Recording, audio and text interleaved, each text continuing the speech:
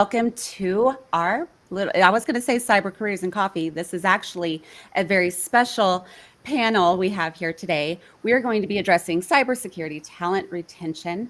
It is a very critical topic. So we are getting, we are, can y'all hear me okay? Yes, ma'am. Oh, how fun. Okay,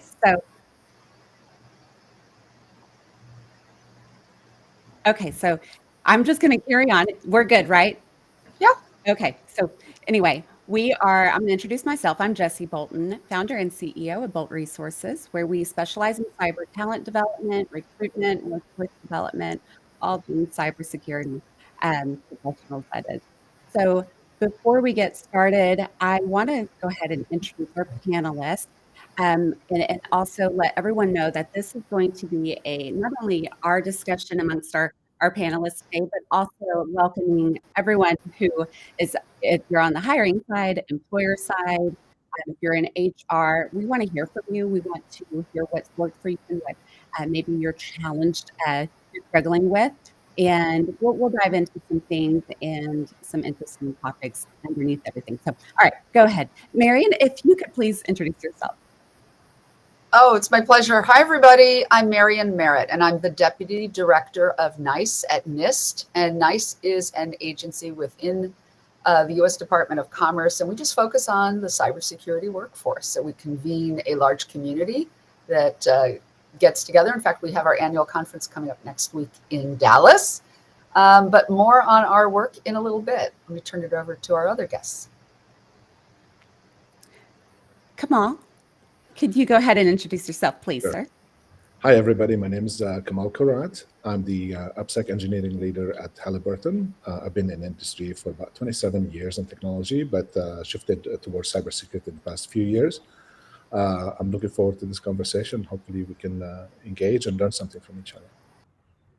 Thank you, sir. Josh. Yes, ma'am. My name is Joshua Farrow, and I work as a security engineer at Ryan LLC. They're based in Dallas, and I've been in IT for about 11, 12 years, and then I've been in security for I think it's around 8 or 9. Yes, Josh, you are here, thankfully, to represent the cybersecurity workforce on the individual contributor side.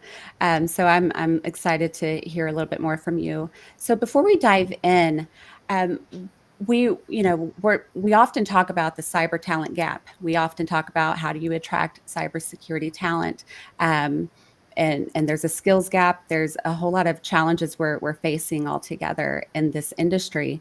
But what I found alarming in all these multiple reports is we're at more than half, if not upper 80s, I've seen that of employers or cybersecurity professionals are looking to leave their current employer, and that's a dangerous number if you think about it.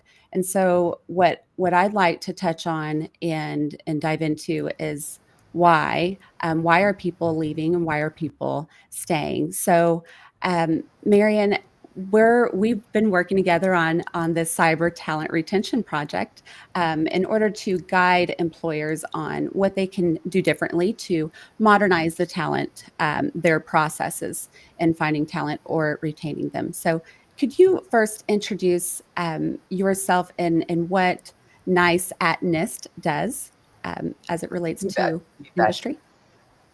So as I mentioned, we convene the community of the employers from industry and government, but also the academic world.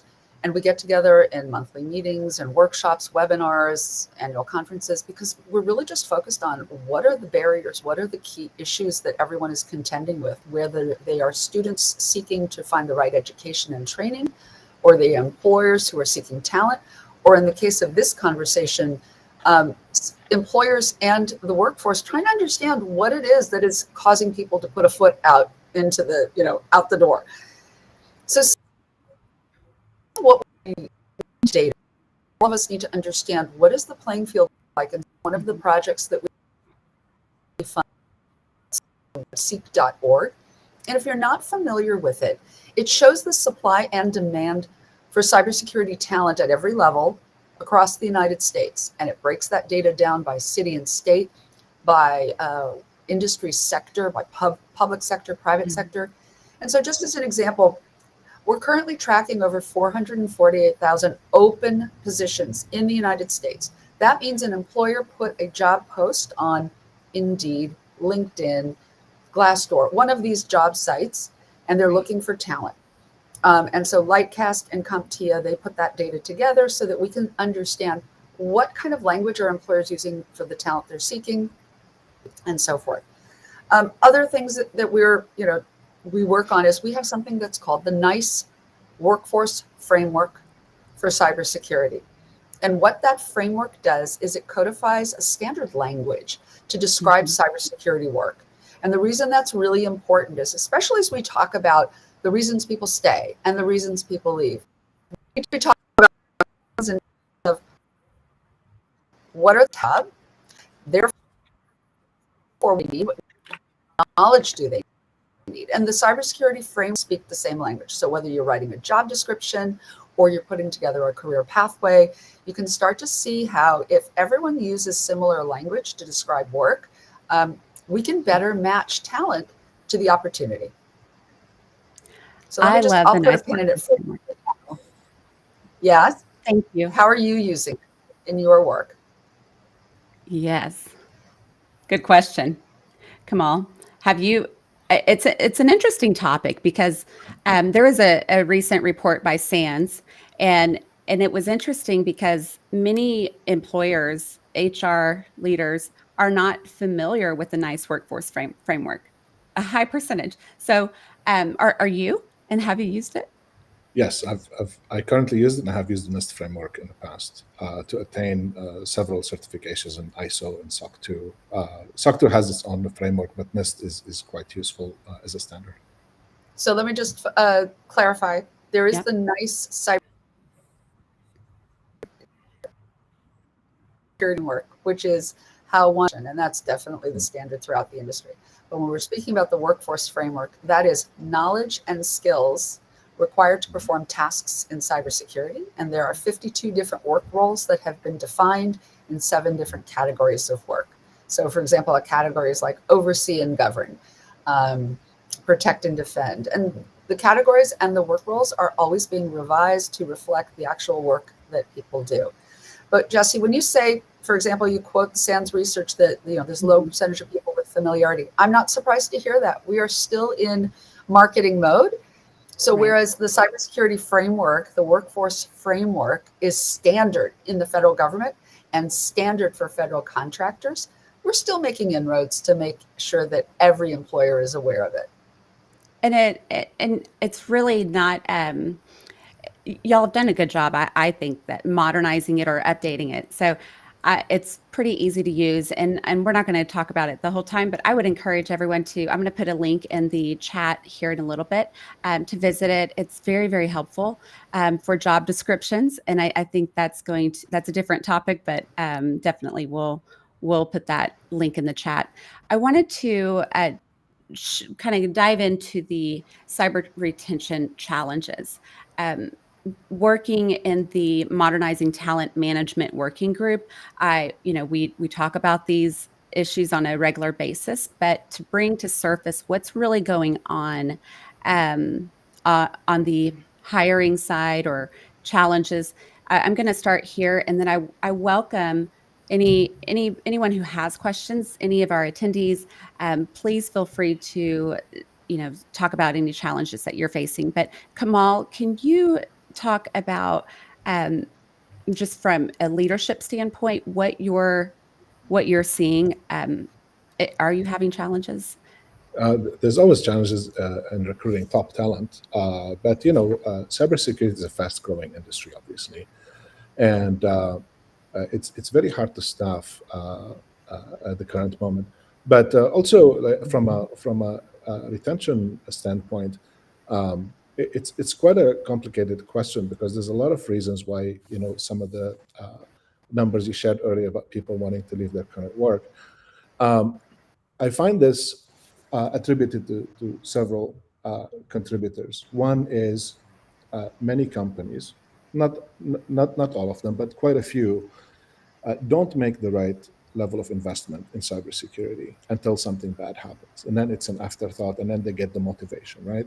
I want to encourage companies and decision makers to really take a different approach, right? Make the investment upfront. You'll be glad that you did, right?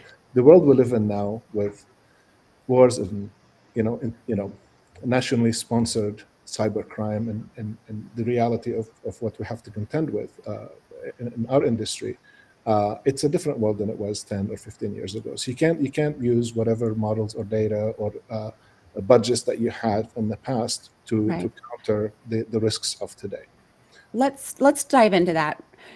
What we're in the past, right? I think what's happening, or what's been going on, we're kind of stuck in these traditional ways, and we're here to empower employers, right? All leaders of the organization, because what's going on is we're thinking things are okay. We are reading the data.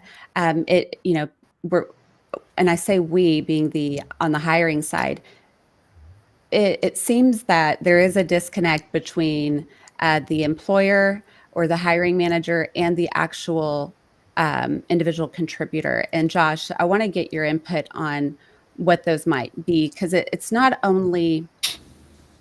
just, hey, pay, we will increase salary, but isn't it's a little bit more than that. It's what are you hearing amongst your peers? And so one of the big things that I've seen is, especially as it relates to this workforce framework, a lot of employers don't understand that there are different job roles within the security field. And so I tell this to friends that will try to go for like security administrator jobs or system administrator jobs. And a lot of times I'll tell them, like, you might want to avoid those, because companies that post those positions, it becomes a junk drawer of a position. It's everything. You're going to wear every hat. And there's this idea that hiring one cybersecurity person, it fits the bill and they can do all the stuff, when really they're the ones that are in the weeds. They're also the ones that are required to do some sort of compliance management, and also can you make sure our network's secure. There's so much that gets thrown into that, and I don't think that has been intentional all the time. I do know that there are cases where employers will find a job title because they know that the salary is going to be a certain range, so they will pick that. I've dealt with that personally, but I do think that the idea of the past mentality is an issue where employers just don't know that cybersecurity may have grown to where it's at, and that it's gone past just hiring a cybersecurity administrator and calling it good, but rather that a team is almost certainly necessary in some capacity. One of the best things I've ever heard is that for every $1 billion that a company is worth, they should have at least one cybersecurity professional. And I don't know if that's lower or not, but that was something that was told to me by a previous CISO that I worked with. And so you'll see larger companies that will be severely understaffed, and there seems to be an idea that well, if I just pay you more for your, you might be the leader of a 3-man team or 3-person team. If I just pay you more, then it'll fix the issues, when it's really saying, well, no, we need better skills. We need to be trained. We need a few more people, because the workload is just so heavy. So it's easy to come at it with saying, like, well, they just don't want to pay. But I do think that there's an element of not realizing that the cybersecurity industry and environment and horizon has absolutely changed from what it was, even 10 years ago. Do you think, and I'd love to hear your input, Marian and Kamal, but Josh, do you think that is it a matter of just hiring more people, or what would you suggest it would be the next step? I think that it comes down to what I've noticed happen, and this happened in my career, is there's a lot of people that get placed into the position of cybersecurity because the the requirement came up, and they may have been a network administrator or a system administrator, so they were the most capable person, and there wasn't any training besides, hey, we have to be NIST 853 certified, so here's this book, or we have to abide by RMF framework, so here's this thing, and there's class we're going to inundate you with, and there's not, and that very much happened in my career, and you have someone that's all of a sudden transitioning over to it's all IT, but it's really not. And so I think what happens is no one is put under somebody who has done it and has built out a team. And at the place I work now at Ryan, that is something that I've had the pleasure of being under, is someone that said, this is how a team needs to be built. So to answer the question, I think what ends up having to happen, it isn't necessarily a matter of you need 10, 20 people on your team, but rather we need to assemble a team that needs, and we need to identify what is it that is needed, right? Do you need incident response at this moment? Do you need compliance management? Do you need just engineering? What is it? Because, you know, a security analyst is not the same as a cybersecurity support technician necessarily. Right. And so I think a lot of times it needs to be purposeful, even calling in a consultant and saying, here's where we're at, what do we need, and how do we build out a path forward? We may only be able to hire 3 people. How do we get to where we need to go? Yes, you are on point there. Kamal, yes, Marian, go on. Yeah, go ahead. I was just going to say, I think those are great insights about being mindful. Just one thing I want to mention. I think you also need to look at where people are on their career paths, and make sure that you don't have just people at mid-career, because what we're talking about here is a situation that will not be fixed overnight. So if people are going to have high turnover, then you need to be looking at people and planning. Okay, if that person leaves, what's my plan? And who am I training up for this? And who's my what next position am I entering? You know, we need to create more opportunities for people to enter the field and people to coach them while they're together. Or a organization. So thinking. I agree. And I think that it's a mix of, there's all these, I'm sure those who are listening and just amongst ourselves, where there's so many smaller, more micro issues that play into this as well. And I'm constantly navigating through the employer side and advocating for the workforce. But to look at both sides real quick, you know, we're talking about a lot of small businesses, mid-sized businesses, enterprise, global companies. They seem to have it figured out a little bit more. But what about the individual contributor who is a 3-man team or only has a couple of folks, and they're just kind of burning the candle at both ends? There's not a mentor. Maybe there's not this, they're expected to kind of learn on their own, but they don't have that bandwidth. The CISO, he's also not available. Maybe their hiring manager isn't necessarily their go-to. Do they have a go-to? There's just a lot there. And cybersecurity altogether is a thankless job. Much of us already know that. So if for the HR leader, but also the hiring manager that's listening, what do they do? I mean, where do they start if they understand, okay, yes, this is obviously a problem? Kamal? So I really liked what Josh had to share, and I've seen it firsthand. It's a part of a greater picture. I think the bigger picture is you need someone at leadership level in the organization to develop an understanding of what their cybersecurity program needs to look like. And that needs to encompass staffing, it needs to encompass technology, it needs to encompass what standards and policies they need to adopt, what their technical requirements are, and what their budgets will allow them to do, or what the budget limitations they may have. Let's say one of your technical requirements, for example, is you have to have a SOC to monitor your infrastructure and cybersecurity event, but you only have 3 people. Perhaps implementing that in-house isn't the right choice at your current size, and partnering with an MSSP might be the right step to outsource that. But then there might be some things that you want to retain internally, right? So a cybersecurity program needs to look at the entire picture, and staffing being a critical part of it. Okay, so I agree with that. But then what? So I also think, so if we think about what are the top reasons people are leaving, and just start there, what is the pivot for employers? Where do they start to do this? And for the small businesses that can't afford to hire their own team, maybe they have one person on site, but they're going to an MSSP. Well, then we probably need to, address MSSPs and how they're retaining talent. Can you speak to that a little bit? And I want to hear just Marian. Well, in. Let me just Come on. throw out some research. There are lots of organizations doing amazing research about the cybersecurity workforce simply because the need is so high and the issues are so shared, right? Yeah. To done, for example,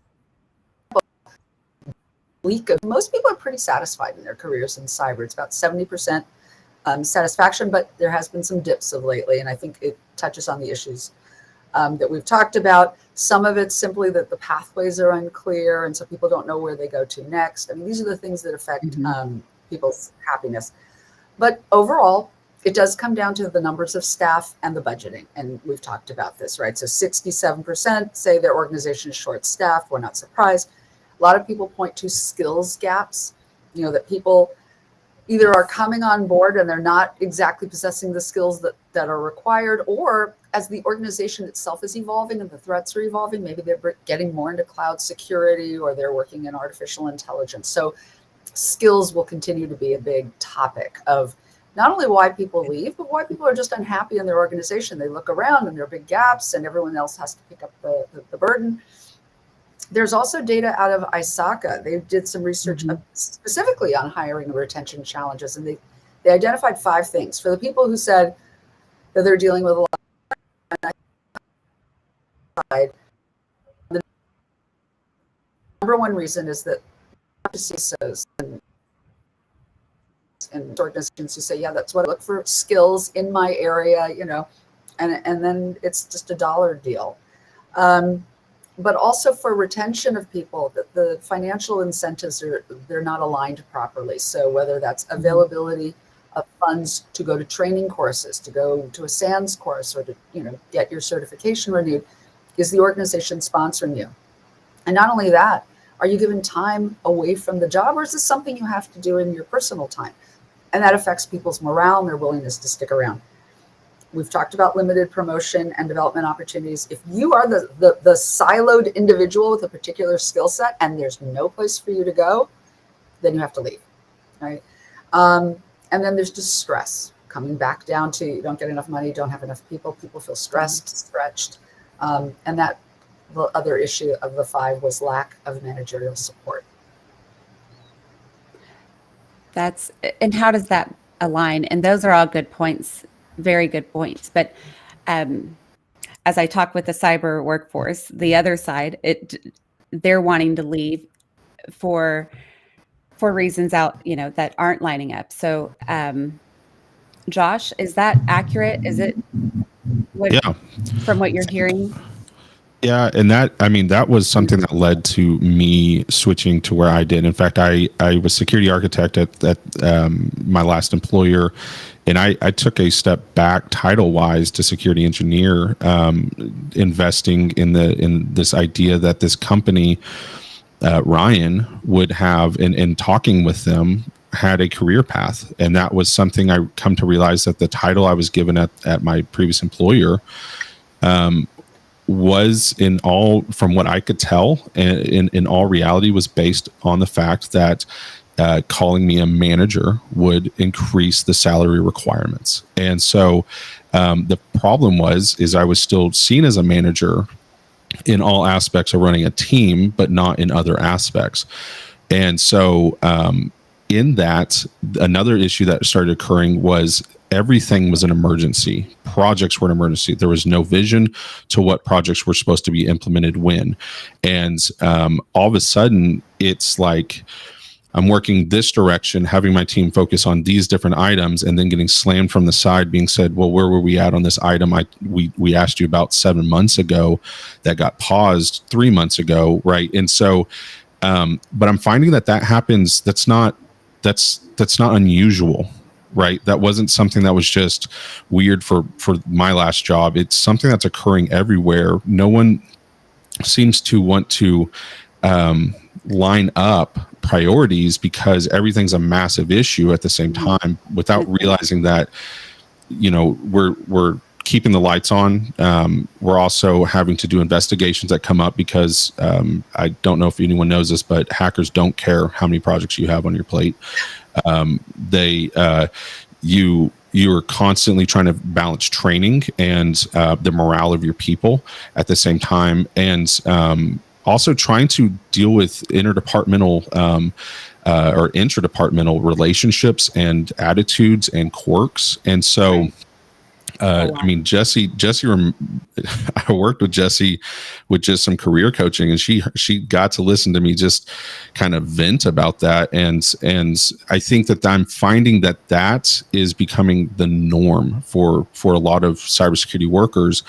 And I honestly don't think that management sets out to just make everyone's day bad. I don't want it to come across like my managers just it was kind of an effect of the system in general, but it wasn't like I was the only one having that issue in my workplace. It was everyone's backs were breaking.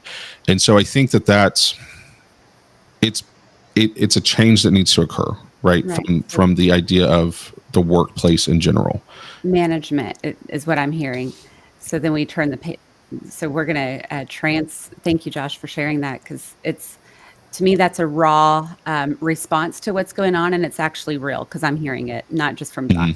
And that's why I want to have these discussions, because they're not comfortable, but we need to all get uncomfortable with and start brainstorming and kind of coming up with new ways to do things a little bit better. It's a call to us as leaders, right, and managers and hiring authorities. So, Kamal, what do you think? I'd like to make a comment about that. Yeah, thanks.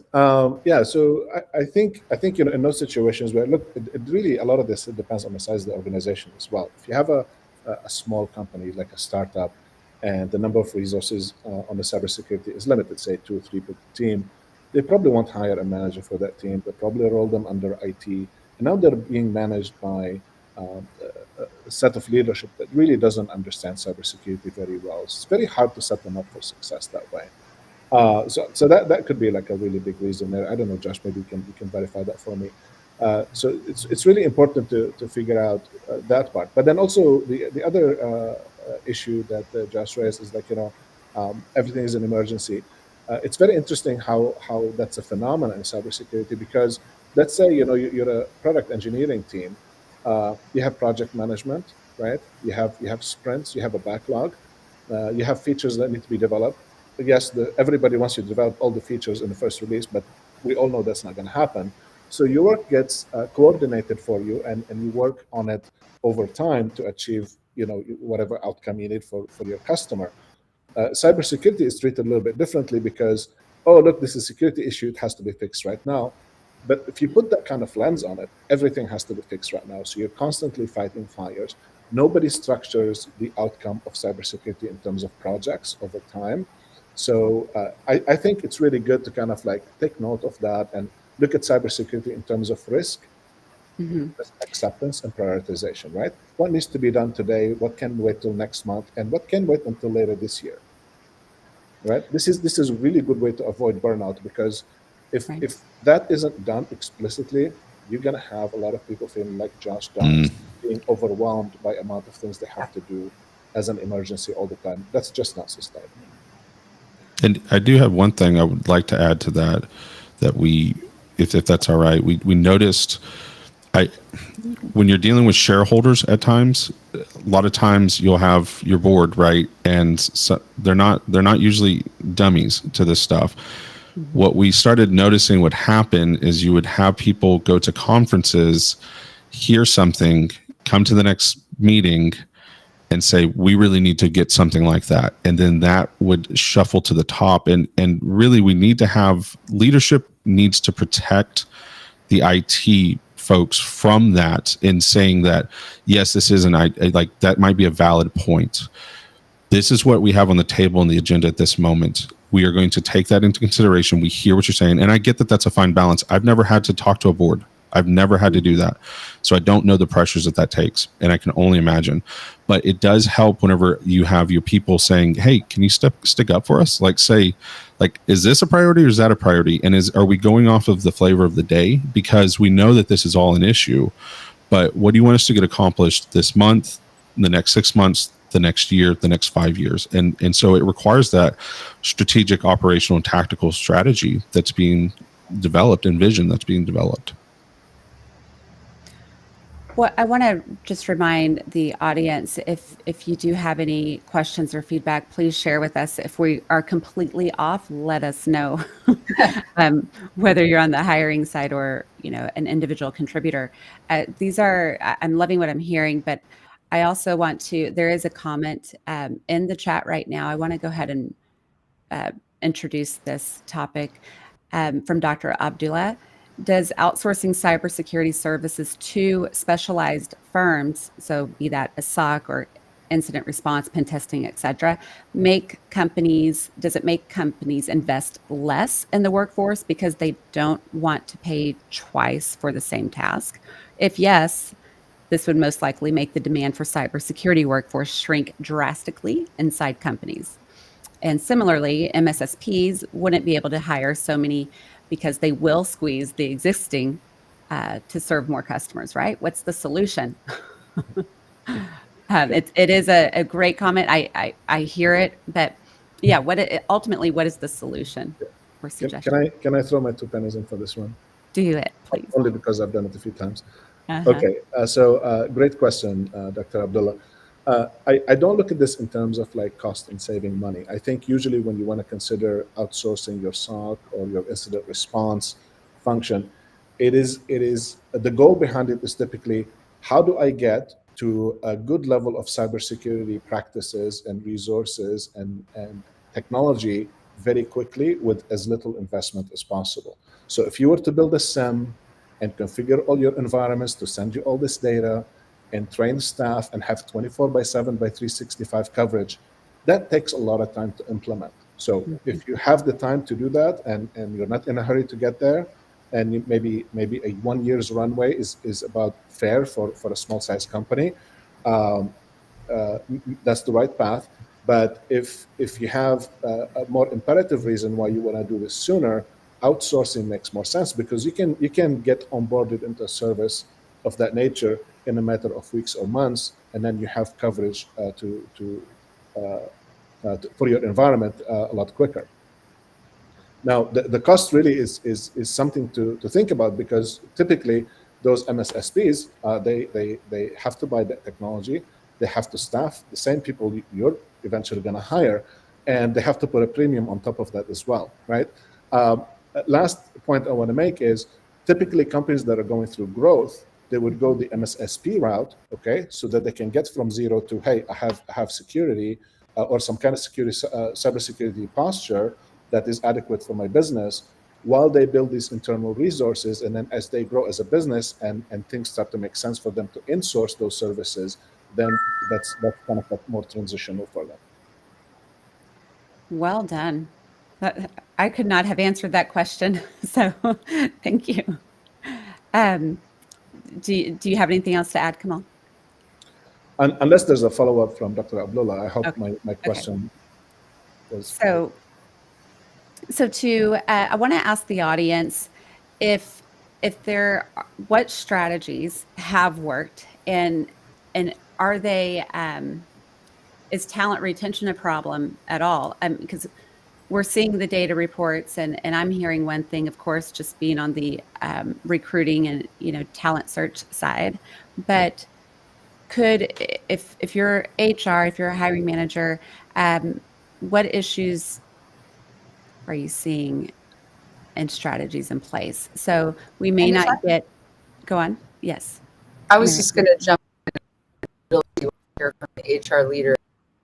Yeah.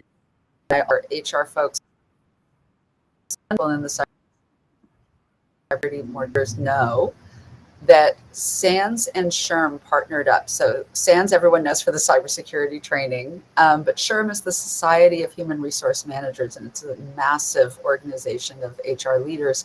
And if you are an HR leader, you need to get your continuing education credits each year. And there is training available on hiring your cybersecurity workforce, not only to understand the challenges, all the things we're talking about here, the strategies like Kamal was talking about, do I outsource? Do I staff up?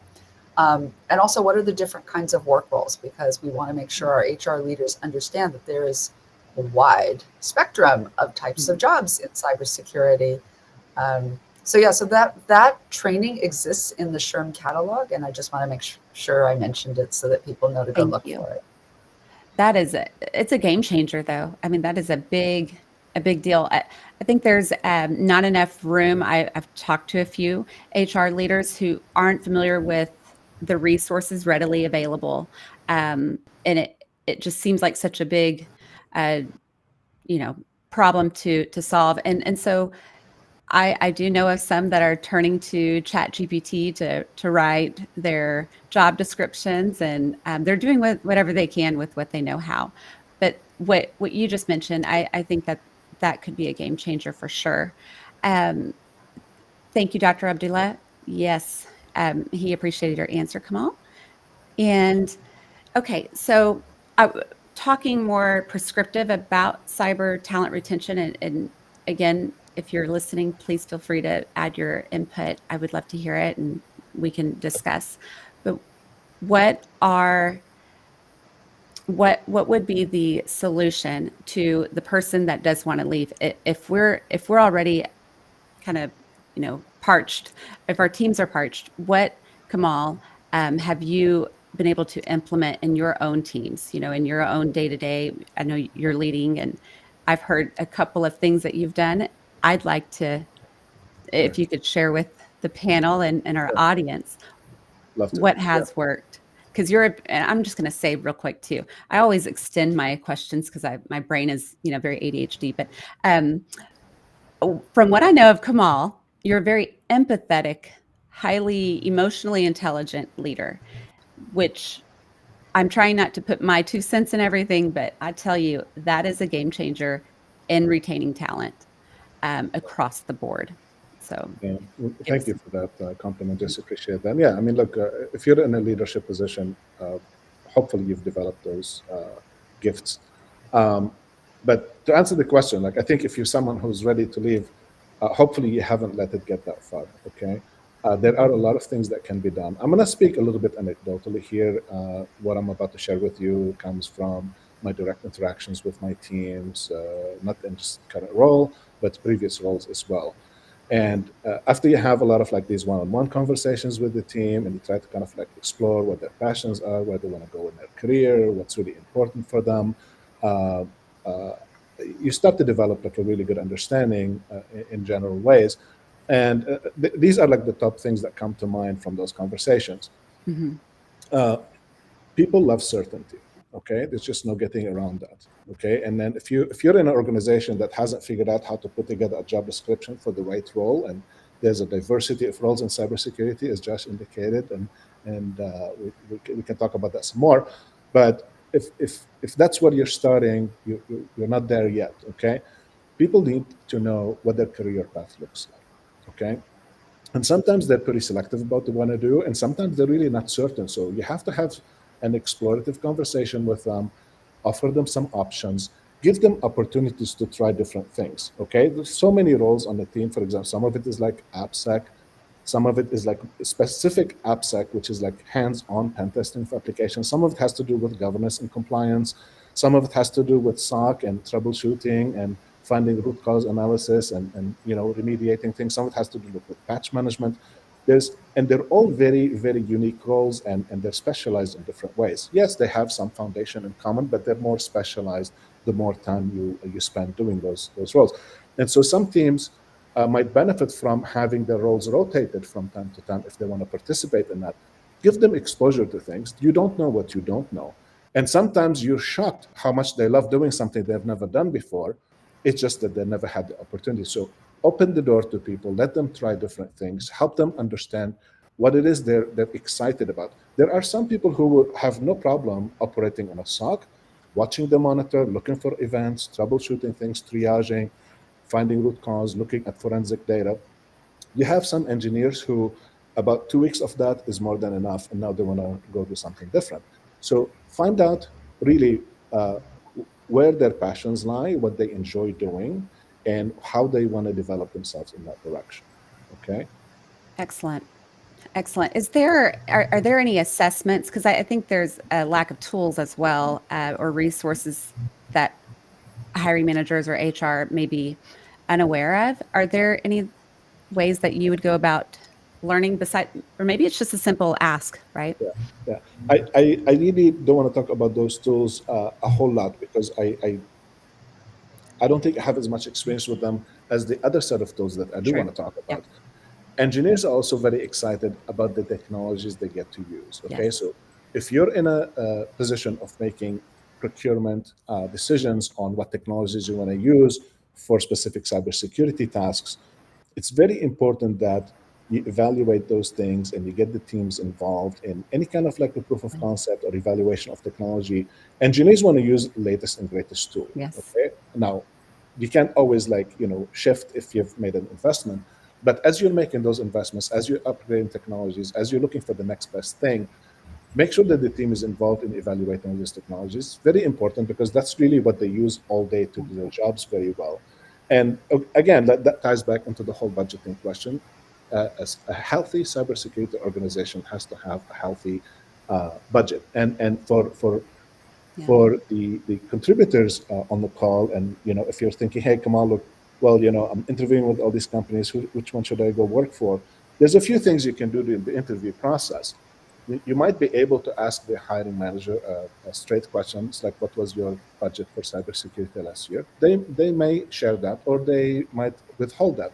But there are ways to get this information in more creative ways. You can say something like, "Did you get full funding for your cybersecurity program for the last 3 years? Has it grown by 10 or 15 or 20% year over year? Uh, Mm. how are you growing your team this year? Am I the only new hire?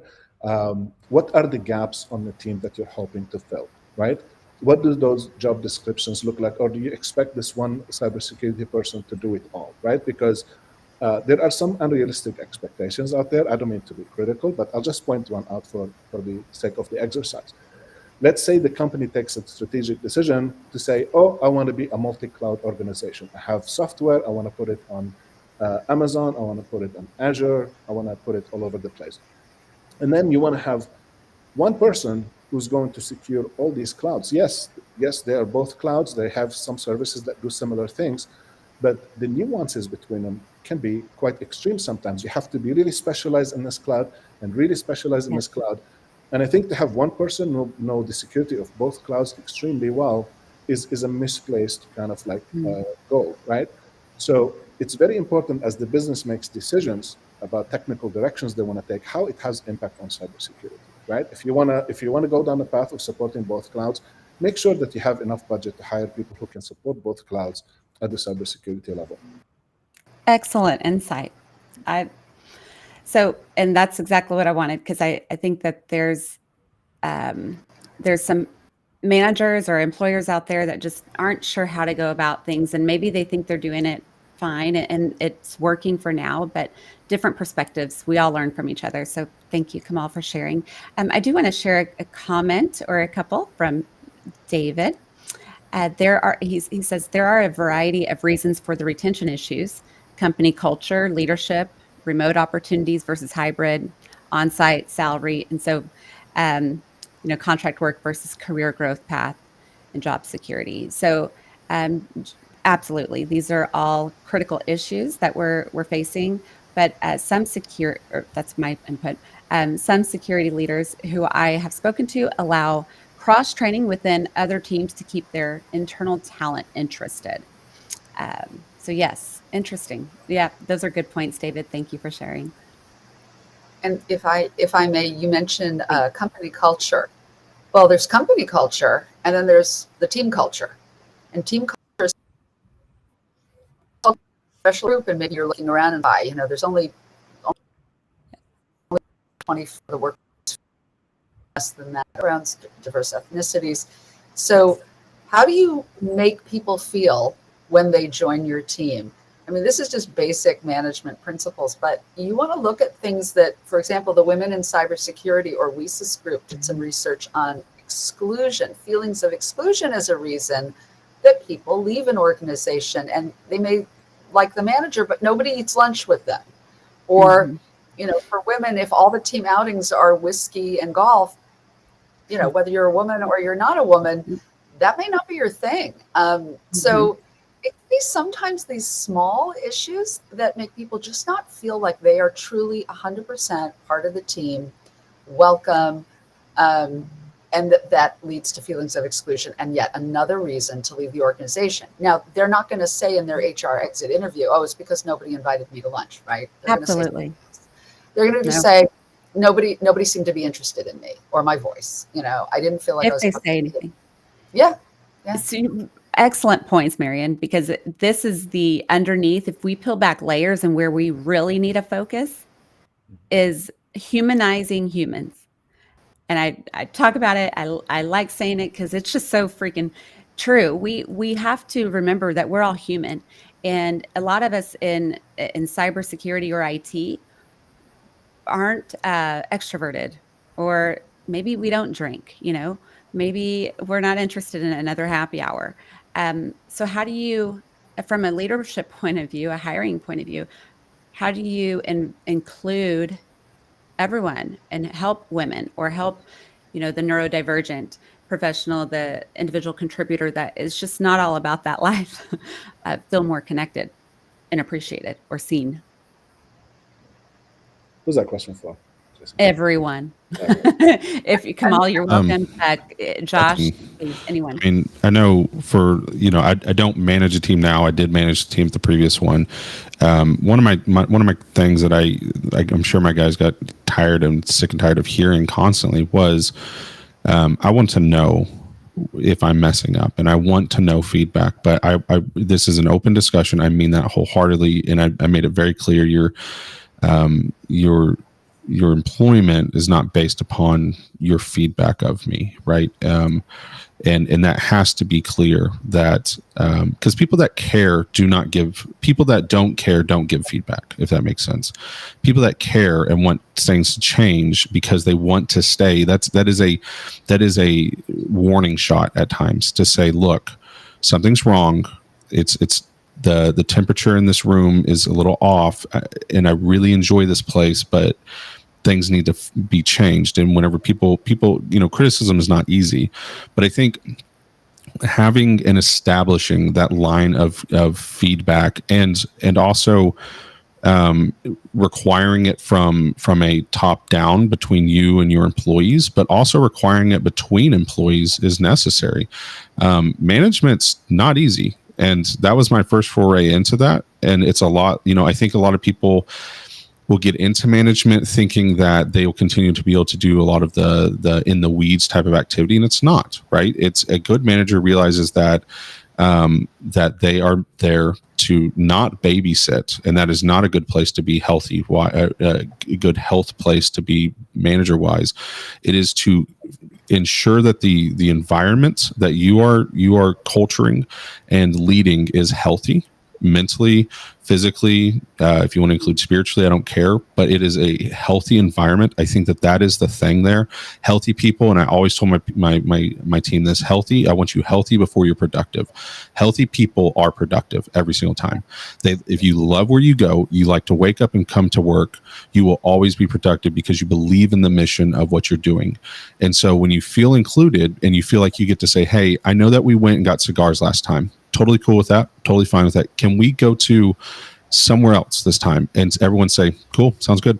Can we go play board games? Can we go and just have a cookout, right? Even if it's not a team outing, right? Just can we, that's someone saying, I I appreciate what y'all do, and that's cool, and I'm there for it. It's not my thing, but I want to still be included. Can we try my thing? And I Right. think that that's necessary, absolutely. And not. I'm very encouraging. Specifically, I've had some people reach out to me that were, I've had someone in our company that's a woman that reached out and asked for advice on getting into cybersecurity. And one thing I told her is, I said, I'm really glad to know that you're trying to do this. There's not a lot in this industry. There needs to be more women in this industry. There needs to be more minorities in this industry, because it doesn't need to be just dominated in the way that it is currently. And there's a lot of people with good skills that I don't care if you're male or female, or what the skin color is. You need to be in this industry. We need your help. So, I mean, and I also don't care what your orientation is. Like, I just need some help. Yeah, So, like, right. And you just nailed everything. That all needed to be said. I'm so glad that, and this is why I invited you, because you say the hard things and you do it well. Thank you, Josh. And I'm sure you're saying what people are thinking. And Kamal, yes, wrap I it wanna up. add a We have quick- about 10 minutes. Yeah, I want to add a quick note here real fast. So this is really good. Look, I find food, or good food for that matter, to be the best unifier. Okay, you go for good food, and there's enough types of food to please everyone. You can't go wrong. But on a more serious note, I think, look, if you're an individual contributor, if you're new to the industry, you have to remind yourself that there's a reason you joined that company. Okay, and I really liked what Marian said earlier. There's a company culture and there's a team culture. Okay, there's a reason you joined that company. You must have liked something about it. But once you're on the inside and you don't like the team culture, or you don't like the company culture, you don't think it's healthy. When you're early in your career, the easiest thing to do is like find a greener pasture on the other side.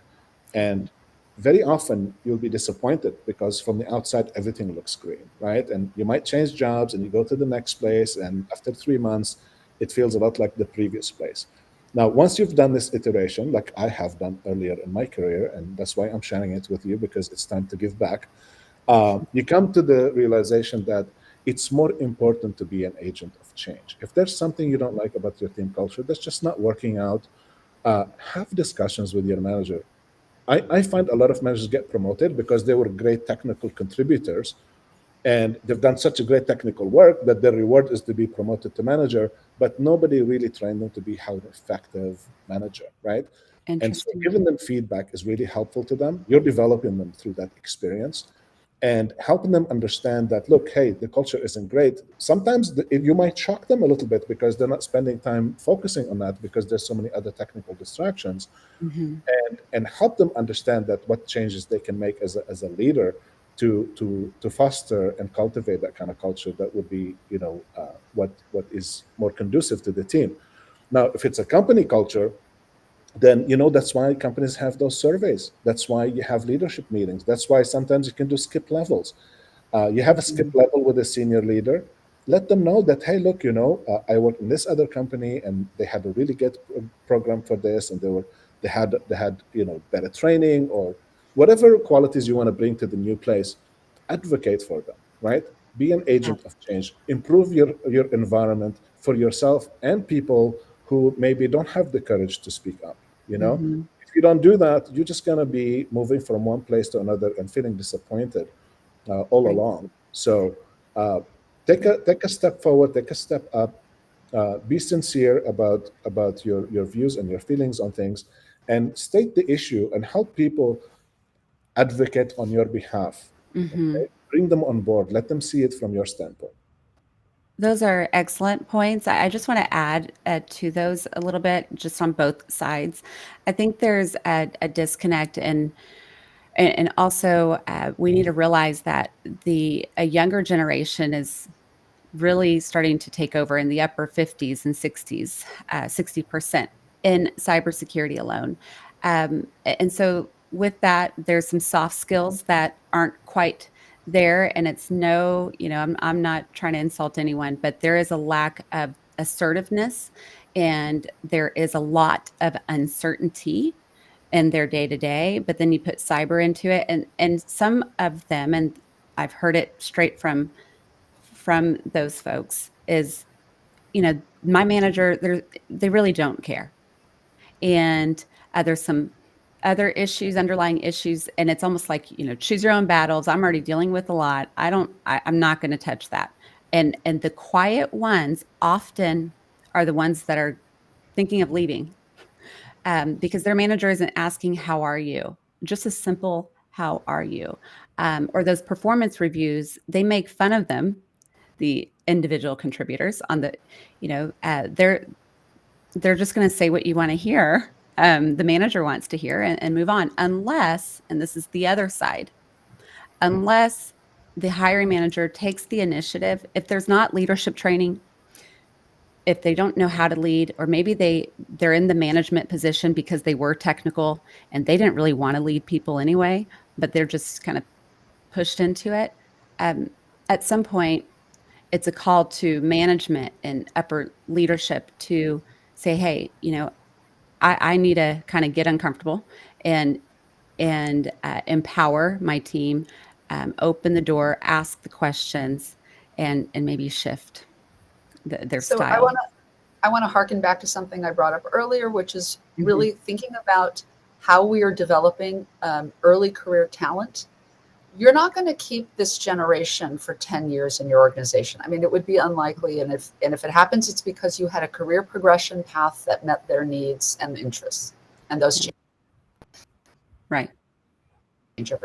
So more likely you're going to, and there are about $1,000 in like 6 months for somebody to be truly independently productive.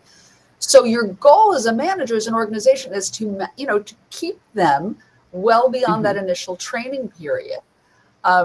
So one of the things that works really well is for people to feel that management is investing in them. And that comes not just in the form of dollars, but time. Mentoring is very important. So it can be challenging in a smaller organization, and it doesn't always have to be a formal mentoring program, but you want to make sure that people have regular check-ins with somebody, not necessarily directly on their colleague team. Right. I would even say peer-to-peer. Yeah.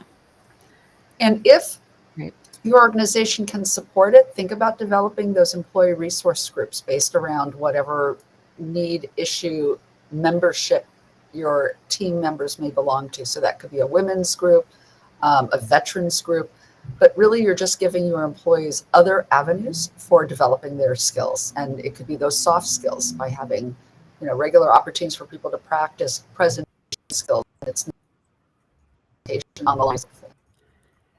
Thank you, Marian. We are wrapping up. I think there's a lot we did not cover in 1 hour. This was more of an open discussion. Of course, thank you, Marian, Kamal, and Josh, for sharing your input. I would love to have a follow-up, and we will. But for any feedback, if you are attending, please feel free to share in the chat or email. You can connect with all of us on LinkedIn. And then I'm going to put in the chat here the workforce, the NICE workforce framework, or if you wanted to visit it.